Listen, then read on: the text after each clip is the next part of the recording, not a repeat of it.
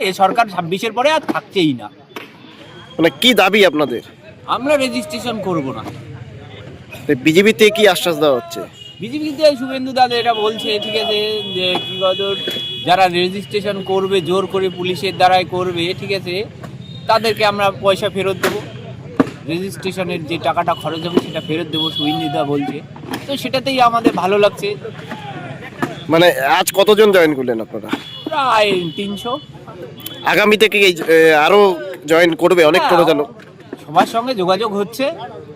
ধূপগুড়িতে এটা একটা যে টোটোর আন্দোলন ছিল, সেই আন্দোলনটা ধূপগুড়িতেই শুরু হয়েছিল, আজ গোটা পশ্চিমবঙ্গে চলছে। তো ধূপগুড়িতে পরিবর্তনের দিকে আমরা যাচ্ছি।